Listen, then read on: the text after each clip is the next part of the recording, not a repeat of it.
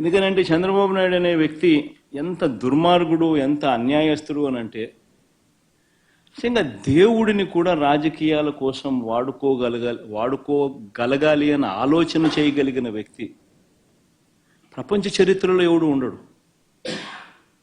ఇంత అన్యాయస్తుడు ప్రపంచ చరిత్రలో ఎవడు ఉండడు. దేవుడు నీ రాజకీయాల కోసం ఉపయోగించుకోవాలి అని ఆలోచన చేయగలిగిన దుర్మార్గమైన మనస్తత్వం ఒక చంద్రబాబు నాయుడు గారికి మాత్రమే ఉంటాయి.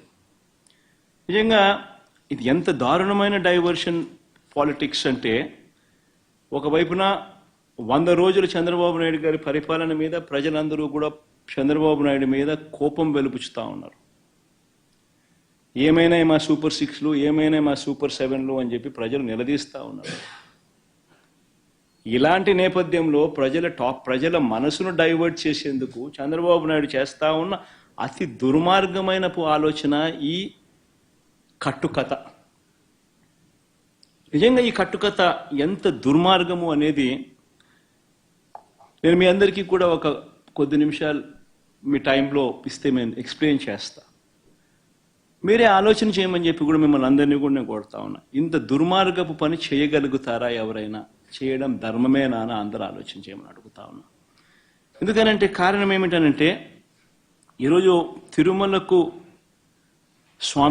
స్వామివారికి వచ్చే ఈ నెయ్యి, ఈ తిరుమలకు వచ్చే ఈ నెయ్యి చంద్రబాబు నాయుడు గారు అన్న మాటలు, దీనికి సంబంధించి ఈ నెయ్యిలో కల్తీ జరిగింది అంటూ తాను అన్న మాటలు నిజంగా ఎంత దారుణమైన మాటలు అంటే, నాసరికమైన ఇంగ్రీడియంట్స్ వాడారని, తిరుపతి లడ్డులో యానిమల్ ఫ్యాట్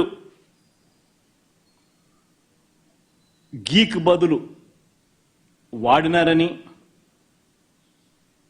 ఇదే పెద్ద మనిషి చంద్రబాబు నాయుడు ముఖ్యమంత్రి హోదాలో ఉంటూ ఒక ముఖ్యమంత్రిగా తాను మాట్లాడిన మాటలు ఇవి. నిజంగా ఒక ముఖ్యమంత్రిగా ఉన్న వ్యక్తి ఈ మాదిరిగా అబద్ధాలు ఆడడం ధర్మమేనా? కొన్ని కోట్ల మంది వెంకటేశ్వర స్వామి భక్తులు దేశవ్యాప్తంగా కాదు ప్రపంచవ్యాప్తంగా ఉన్నారు. వారందరి మనోభావాలను ఆడుకోవడం ధర్మమేనా? నిజంగా అసలు ప్రొసీజర్ ఏంది, ప్రక్రియ ఏంది, ఎలా జరుగుతుంది అన్నది నిజంగా కూడా అందరూ ఒక్కసారి ఆలోచన చేయాలి. ఈరోజు రొటీన్గా జరిగే కార్యక్రమం, మరి రొటీన్గా జరిగే ఈ కార్యక్రమం ఏదైతే ఉందో దీనికి సంబంధించి ఆ క్వాలిఫికేషన్ క్రైటీరియా ఇటువంటివన్నీ కూడా కొత్తగా మార్చింది ఏమీ ఉండదు. ఎవడు మార్చేది ఏమీ లేదు, కొత్తగా మార్చింది అంతకన్నా లేదు. ఎప్పటి నుంచో జరుగుతున్న ఈ క్వాలిఫికేషన్ క్రైటీరియా, తిరుమల తిరుపతికి సంబంధించిన వెంకటేశ్వర స్వామికి సంబంధించిన లడ్డు అనేది ఎంత ప్రసిద్ధి కాంచిన లడ్డు అంటే, దానికి సంబంధించిన లడ్డు తయారీలో వాడే ఈ నెయ్యి కానీ, వాడే ఇంగ్రీడియంట్స్ కానీ ఇవన్నీ కూడా దశాబ్దాలుగా జరుగుతూ ఉన్నాయి. ఇవన్నీ ప్రొక్యూర్మెంట్ ప్రాసెస్ అనేది ఇదేం కొత్తగా ఎవడు వచ్చి చేసేది ఏమీ లేదు, ఎవడు కొత్తగా దాంట్లో ఏలు పెట్టేది లేదు. రొటీన్గా జరిగే ఈ కార్యక్రమం, ఈ రొటీన్గా జరిగే ఈ కార్యక్రమం 6 నెలలకు ఒకసారి రొటీన్గా జరిగే కార్యక్రమంలో ఎవరు L1గా వస్తారో వారికి ఇస్తారు. మరి ఎవరు సప్లై చేసినా కూడా, మరి ఎవరికి L1గా వస్తారు, ఎవరు సప్లై చేసినా కూడా వాళ్ళు ప్రతి ఒక్కరూ కూడా వారు సప్లై చేసిన ప్రతి ట్యాంకర్తో పాటు, వెరీ ఇంపార్టెంట్ ఈ పాయింట్, వాళ్ళు సప్లై చేసిన ప్రతి ట్యాంకర్ నెయ్యితో పాటు వాళ్ళు NABL సర్టిఫై చేసిన సంస్థ నుంచి, అంటే NABL అంటే నేషనల్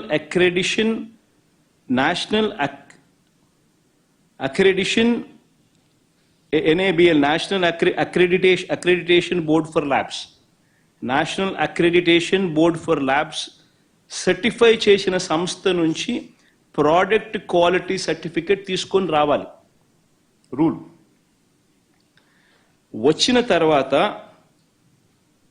ఇక్కడ టీటీడీలో ఆ ట్యాంకర్లో నుంచి 3 శాంపుల్స్ తీసుకుని 3 రిపోర్ట్స్ పాస్ కావాలి. ఇది routine process, compulsory process for anybody. ఈ 3 టెస్టులు పాస్ అయిపోయిన తర్వాతనే ఆ నెయ్యి కానీ ఆ ఇంగ్రీడియంట్స్ కానీ ఏదైనా కూడా ప్రసాదంలో వాడడానికి టీటీడీ వాడకంలోకి తీసుకుని వచ్చేదానికి బండిని ముందుకు పంపిస్తారు. లేకపోతే vehicle it self will not even go forward. లేకపోతే అసలు ముందుకు కూడా పోదు. రిజెక్ట్ ఆ 3 శాంపుల్స్లో ఏది పాస్ కాకపోయినా కూడా నీకు అసలు శాంప్లింగే నీకు అసలు ఆ బండి ముందుకే పోదు, ఆపేస్తారు, రిజెక్ట్ చేసేసి వెనక్కి పంపించేస్తారు. దట్ ఈస్ ప్రక్రియ. This is compulsory. మరి నేను అడుగుతా ఉన్నది ఒకటి, చంద్రబాబు నాయుడు మరి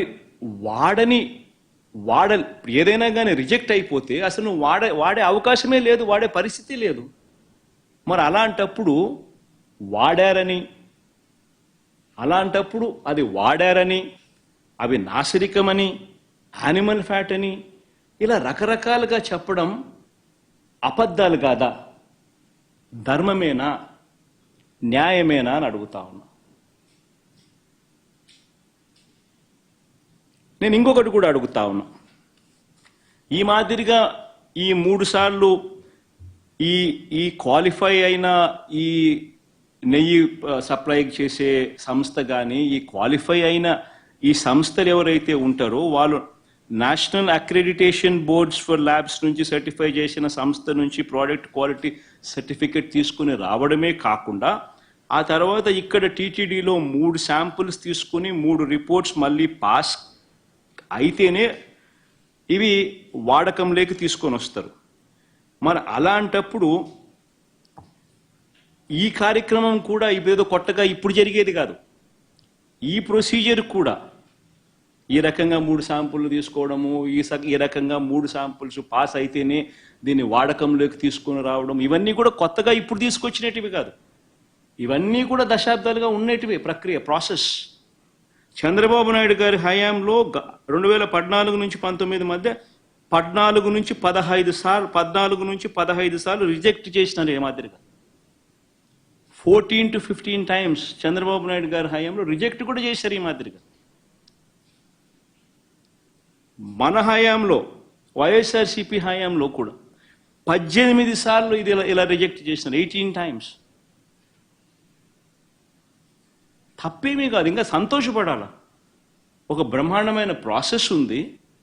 ఆ ప్రాసెస్ ఎంత గట్టిగా పనిచేస్తూ ఉంది అని అంటే ప్రతి ట్యాంకరు వచ్చిన తర్వాత 3 సార్లు ఆ శాంపుల్స్ టెస్ట్ చేసి దాంట్లో ఉన్న పదార్థాలను 3 శాంపుల్స్ దాన్ని టెస్ట్ చేసి 3 టెస్టులు పాస్ అవుతేనే దానికి యాక్సెప్ట్ చేస్తూ లోపలికి పంపించే కార్యక్రమం చేస్తారు అన్న ఒక మంచి రోబస్ట్ ప్రాక్టీస్ అనేది ఏదైతే ఉందో ఆ రోబస్ట్ ప్రాక్టీస్ను దాన్ని నువ్వు బ్రహ్మాండమైన ప్రాక్టీస్ ఉంది అని చెప్పి సంతోషపడాల్సింది పోయి, గొప్పగా ప్రాక్టీస్ ఉందని చెప్పి ప్రపంచానికి చెప్పాల్సింది పోయి, మనం చేస్తా ఉన్న పని ఏమిటి? అబద్ధానికి రెక్కలు కడతా ఉన్నాం, జరగనట్టుగా చెప్తా ఉన్నాం.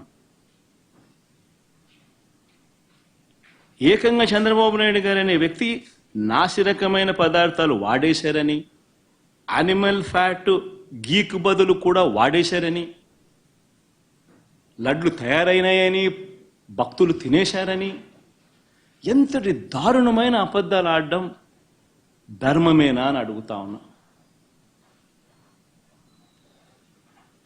ఈ మాదిరిగా నిజంగా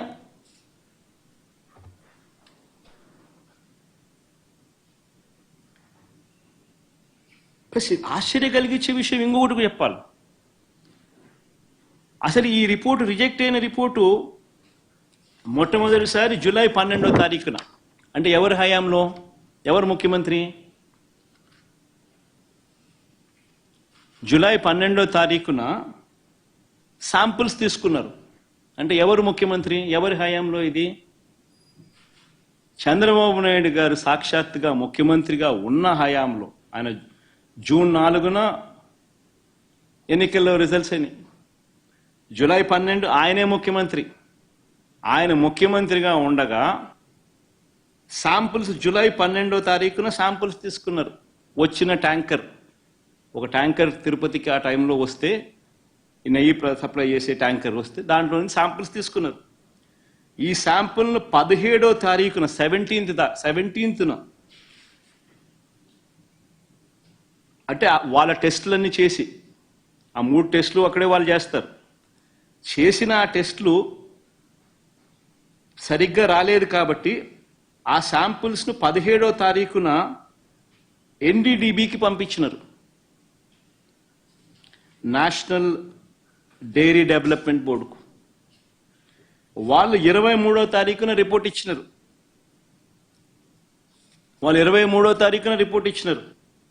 జూలై 23న. అవును, రిజెక్ట్ అయింది. నేను ఒకటే అడుగుతా ఉన్నా, జూలై 23వ తారీఖు నుంచి 2 నెలలు చంద్రబాబు నాయుడు ఏం చేస్తా ఉన్నాడు?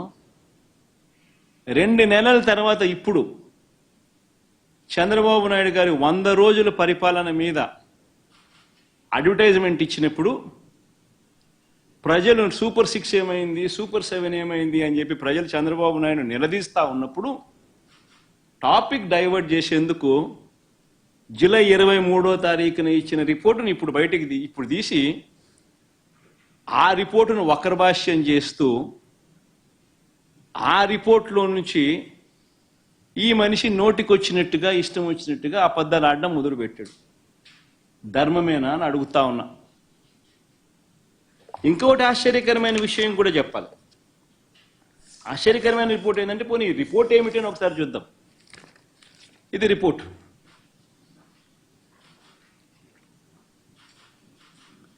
ఈ రిపోర్ట్ చూస్తే ఈ రిపోర్ట్లో కూడా ఏమని కనిపిస్తా ఉంది? ఇది S value, standard S value ఇవి ఉండాలి. అయితే స్టాండర్డ్ ఎస్ వాల్యూ ఇవి కాకుండా ఇవి ఉన్నాయి అంటే డీవియేషన్ ఉంది, or falling out of the range. If any S value falls outside the corresponding limits, sample to contain foreign fat అని చెప్తా ఉన్నారు. However, under the circumstances listed before, a false positive result can be obtained అని కూడా చెప్తా ఉన్నారు. What are those kind of circumstances అని చూస్తే, if the sample is obtained from bovine milk other than cow's milk,